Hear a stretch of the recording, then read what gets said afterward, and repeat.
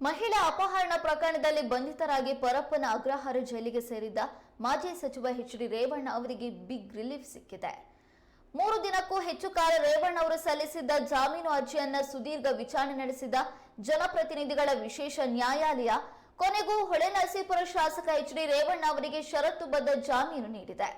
ಜನಪ್ರತಿನಿಧಿಗಳ ವಿಶೇಷ ನ್ಯಾಯಾಲಯದ ನ್ಯಾಯಾಧೀಶ ಸಂತೋಷ್ ಗಜಾನನ ಭಟ್ ಅವರು ಜಾಮೀನು ಅರ್ಜಿಯ ವಿಚಾರಣೆಯನ್ನ ನಡೆಸಿದರು.